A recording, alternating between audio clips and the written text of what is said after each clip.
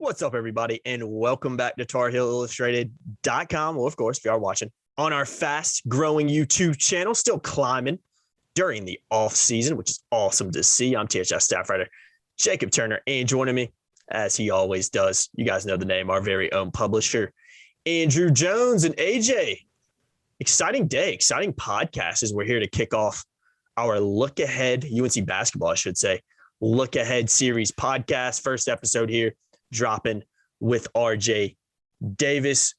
AJ, before I blast a couple of promo items real quick, explain to everybody kind of what the Look Ahead series looks like, because it's more than just a podcast. Oh, yeah. We do it annually. We were able to push it back to June this year, which is good because I like to have consistent basketball coverage throughout, even once we start fall camp for football. Basically, each player gets a week.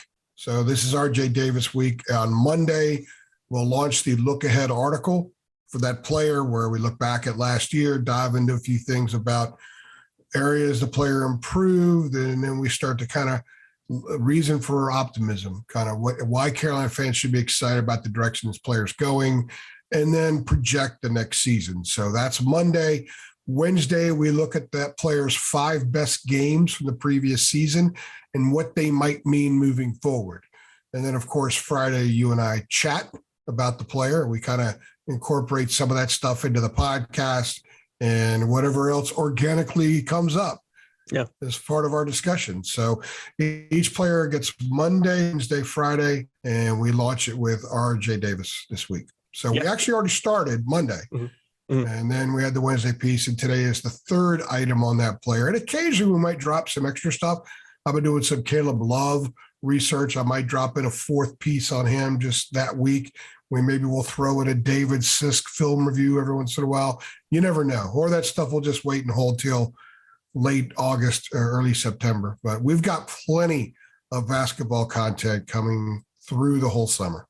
Absolutely, guys. If you want to see that content, click the link in the description below after this video is done, of course, and go to our website. Sign up for just $8.33 a month.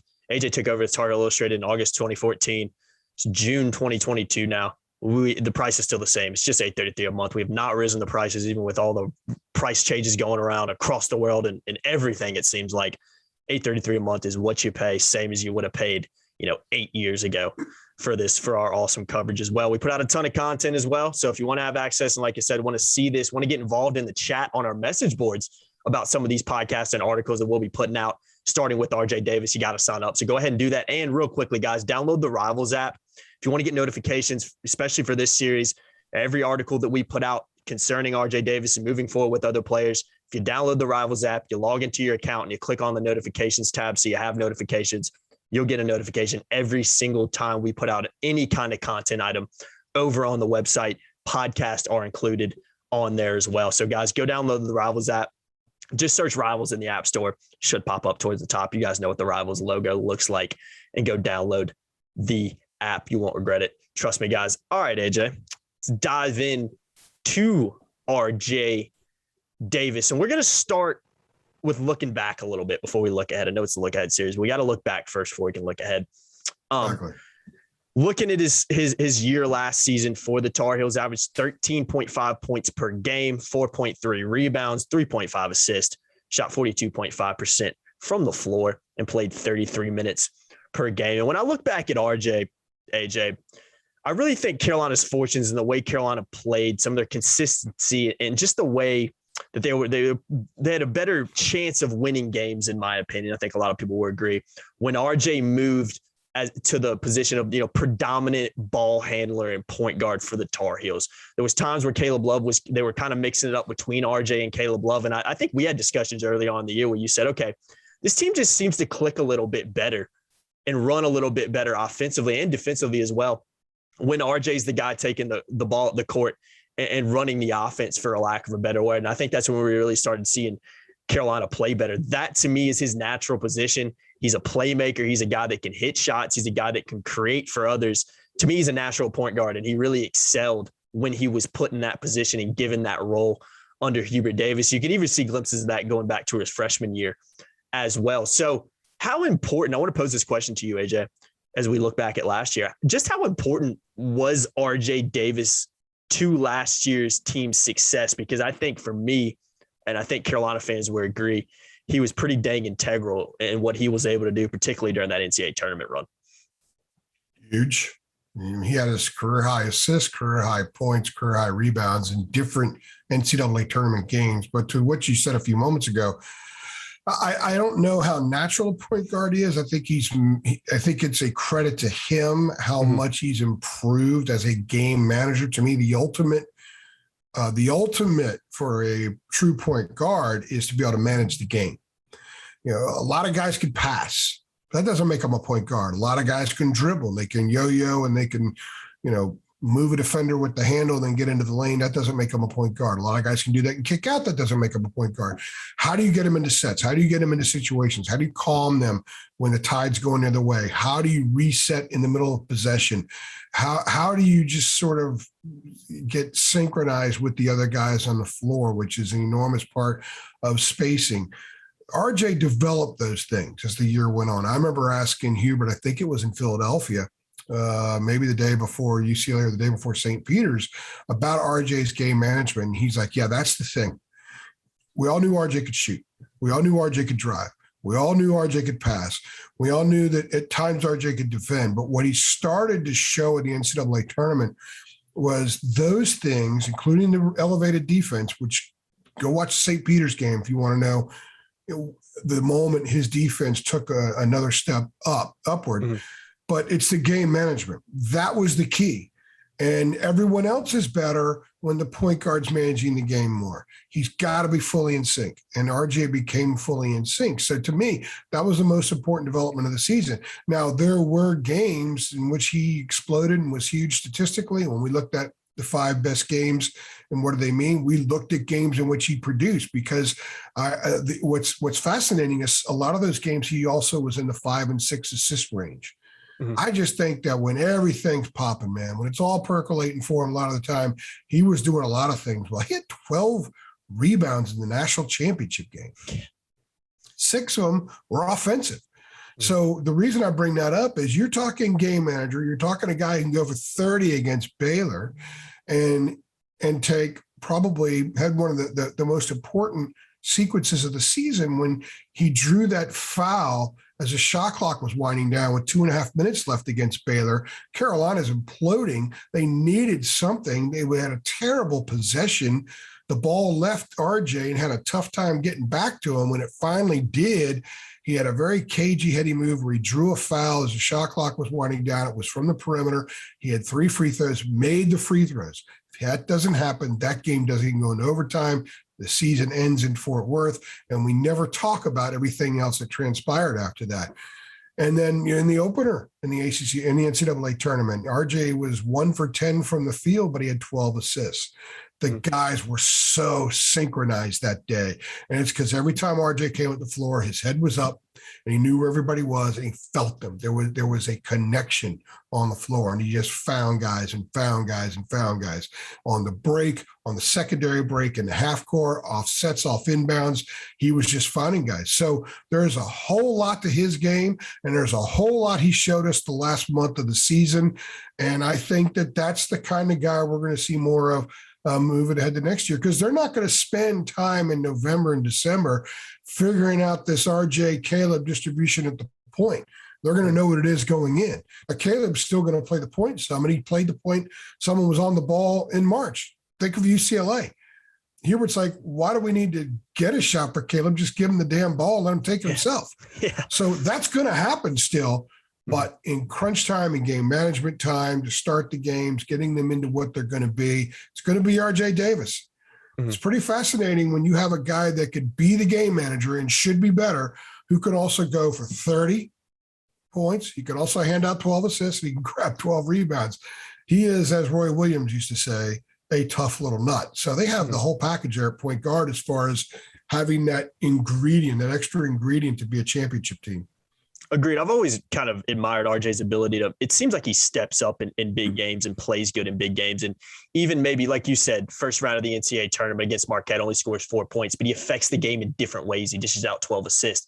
To me, that's a smart basketball player. Okay, my shot might not be falling today. Let me affect the game in another way as the point guard. That's what good point guards do. They don't say, okay, I'm going to keep throwing shots up even though I'm not making them today. No, how can I affect the game in a different way? How can I get my teammates involved and use some of my other skill strengths?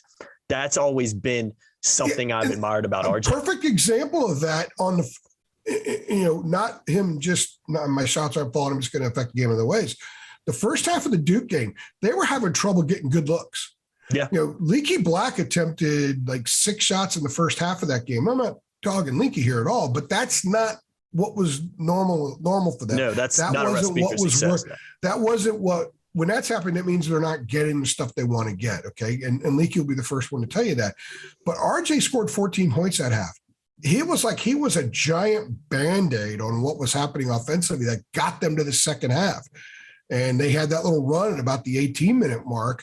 And the only reason they were in position to make that run and take the lead and suddenly kind of looked like the club that was a little bit in control of the game was because RJ got them to that point with this play in the first half. His ability to recognize, and Hubert said this, I think, in New Orleans, his ability to recognize when he needs to pound it and get everybody in sync, and when sometimes he just needs to go rogue and take the shot himself is something that he also developed this year. We saw him do that a lot as a freshman, but a lot of times it wasn't the right time to do it.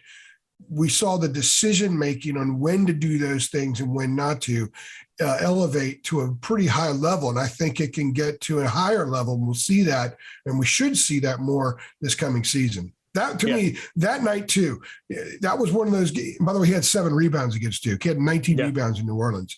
Mm-hmm. I think that was an important – he did some stuff this year that didn't pop it on that. When people look back on the season, they say, boy, how about this memory? How about that memory? But that situation against Baylor and those 14 points in the first half against Duke were as big as anything else that occurred this season, and certainly in that run. And he showed glimpses last year in big moments of being able to completely take over games. I'll throw 2 examples at you. I think the at Duke game in Durham, I would say in that second half in particular, taking advantage of mismatches that they were creating. There was so many countless times it felt like where it was kind of RJ versus Banchero in that second half, and RJ would take them off the dribble and get to the rack and score. It was a mismatch they were looking to create. Looking at another game, Baylor in the NCAA tournament, 30 points in that game. Absolutely fantastic performance. 8 from 17, 47% from the floor that game. He took over that game and he kind of willed them to victory in that one and made shots and made plays. He's shown that ability to do that as well. And I think as a sophomore, when you look at that leap he took from freshman to his sophomore year last year, I think that leap can get even bigger going into his junior year. But having a guy like that, not to mention you've already got a guy like Armando, a guy like Caleb Love on your team, a guy like Leaky Black who's been around, Caleb Love and Armando in particular, guys that have proven, hey, we can take over games too.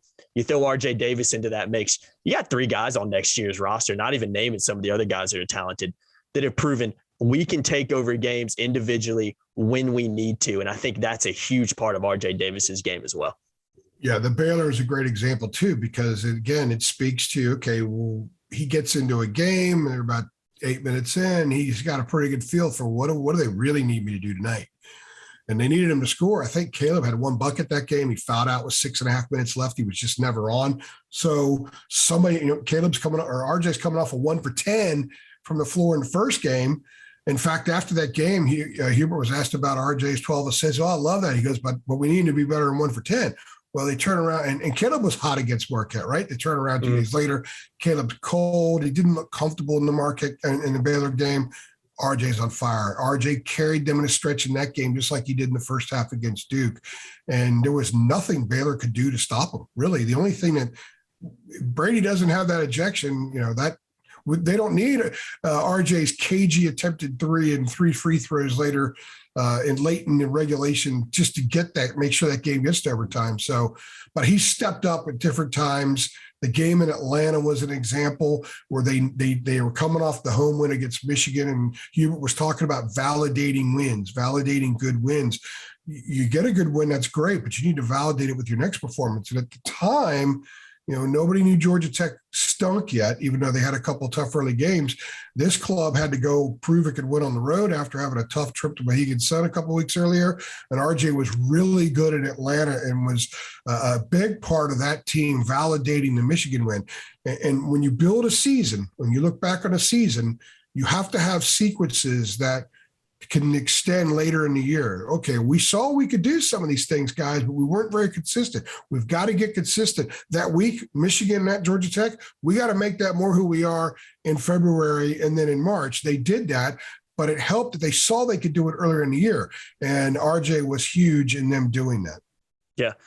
Real quickly, I want to hit on let's move from looking back to looking ahead as kind of the next thing we're getting on. Let's talk about his role. What's his role on next year's team? I'm asking you this because I think I already know. I think a lot of Carolina fans already know the answer to this question. You expect him to be the predominant ball handler. Caleb will also do that at times, but RJ, you expect him to be the predominant point guard for this team. You even got a guy like Seth Trimble coming in, so you have a little bit more depth at that point guard position. A guy who's more of a natural point guard, for lack of a better word. You'll have a little bit more of that than what last year's team had, where it was kind of like, all right, RJ and Caleb run the show. After that, we don't really have anybody else that we feel comfortable throwing out there, especially when Anthony Harris, became unavailable for a majority of the year. So What is RJ's role on next year's team? Well, and to clarify, when I say we, I'm speaking in terms of what Hubert Davis is telling the players. So people don't think I'm thinking I'm on the team or something like that. Those jerseys wouldn't fit me. So anyway, not to mention that my shot's off now. He's got the same role, and it's going to be more of it. I think more leadership. I think more dog.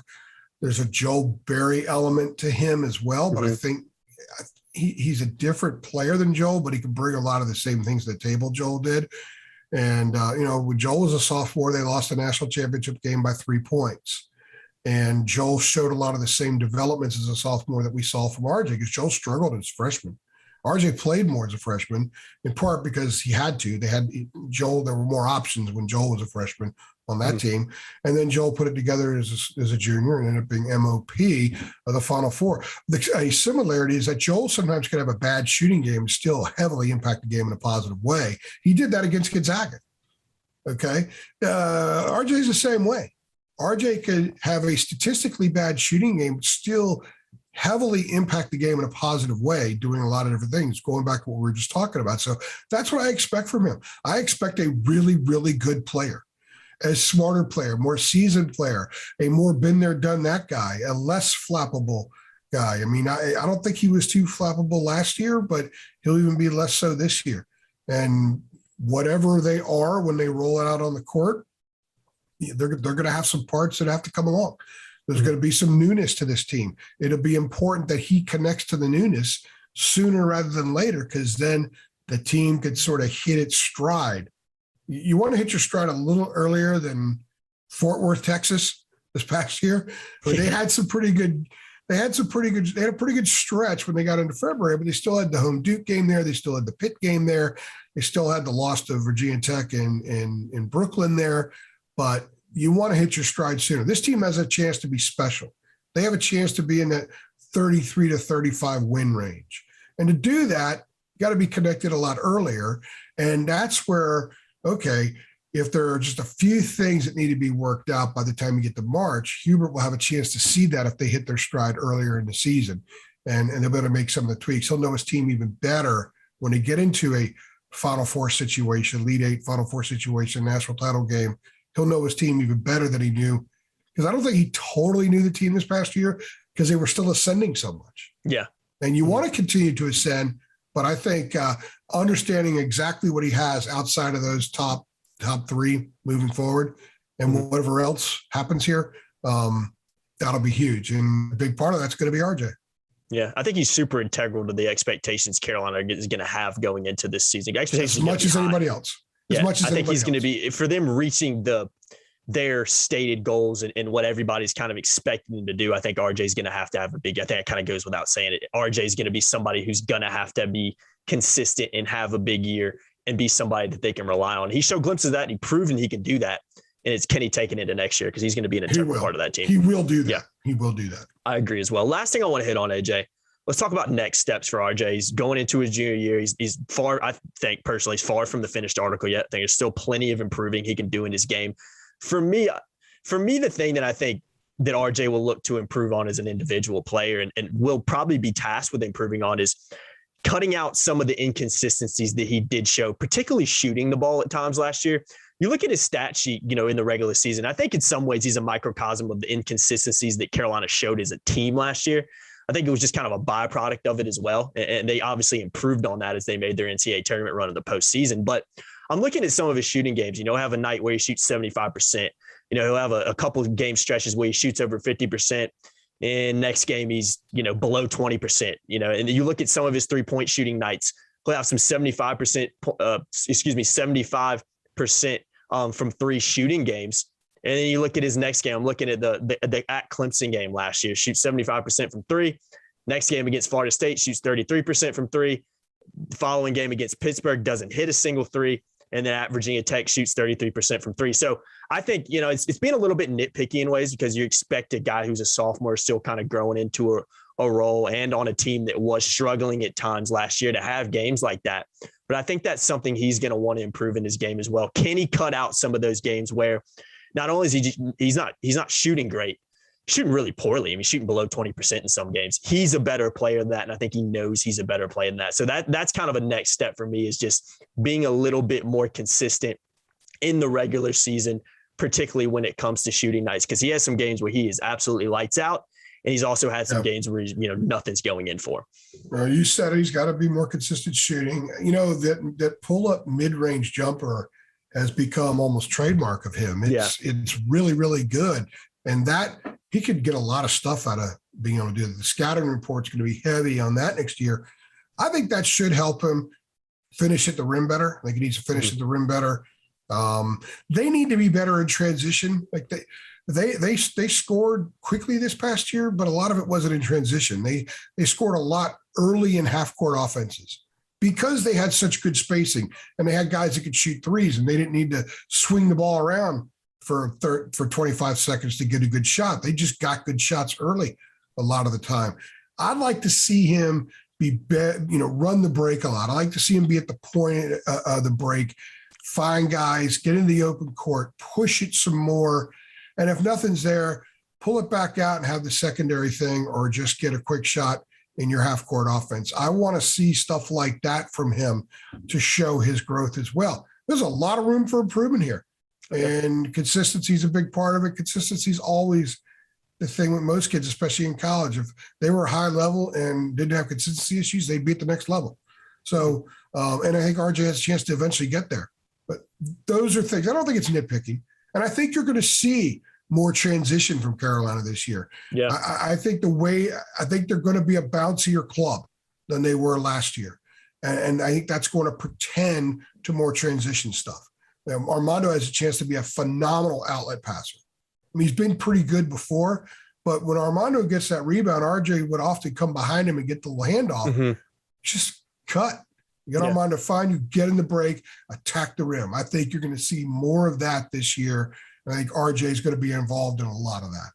Yeah, I'm really looking forward to seeing what kind of year RJ has. He's a player I really enjoyed covering last year and watching his growth last year. Like I said, kind of in some ways similar. He had some consistency issues, I should say, at times, similar to Carolina had throughout that regular season. But he's a guy that really turned it on in the postseason, proved to a lot of people that he's a big time game player. When I think about RJ, I think about him stepping up in big moments, hitting big shots, and just being a guy that you can kind of rely to when things are, when there's big expectations and big things at stake. So I think he has the potential to continue to improve, continue to develop as that point guard, the guy that's running the show for North Carolina. And when you look at the roster that Carolina is not only bringing in that freshman class, but returning Caleb, Armando Bacot, Leaky Black, RJ in there as well. Expectations are high for Carolina next year, and I think expectations are going to be high for RJ Davis as well. Yep, no doubt. Yeah, fun one, AJ. Guys, if you guys want to go look at our look ahead series, like we mentioned early in the podcast, we rolled a piece out on Monday, rolled a piece out on Wednesday, and you're obviously you might be seeing this one on the weekend, but if you're watching this when it came out, you're seeing this one on Friday as well. Go check them out. Click the link below. It'll take you right over to our website. You can find all the articles we ran on RJ throughout the week on there as well. And let's do this too. Carolina fans watching this, if you're excited, if you think RJ is going to have a big year this year for North Carolina, go ahead and hit the thumbs up on this video. It helps it get seen by more people, opens it up to a wider audience just by taking 1 second to click that button. Helps us out a lot. So go ahead and like this video below. I've been Jacob Turner. He's been Andrew Jones for the first episode, the RJ Davis edition of our Look Ahead series podcast that we're going to be rolling over the next, I guess, couple months. And we've been rolling these out for a while now. So looking forward to doing it. We'll finish up with the freshmen well into August. Yeah, it's good. I always enjoy doing these series. They're fun to talk about, fun to kind of look ahead to the season. I know it's early, still a lot of time before we get there, but always enjoy kind of doing these podcasts and getting to relive a little bit of basketball season and also look ahead to next year as well. You guys know the drill. Like, share, subscribe, hit that notification bell as well. Make sure you head on over to Tar Heel Illustrated, sign up for $8.33 a month, and go download that Rivals app as well. Log into your Tar Heel Illustrated account, turn the notifications on, and you'll be ready to go. Thanks for watching, guys, and we'll see you in the next one. Thanks.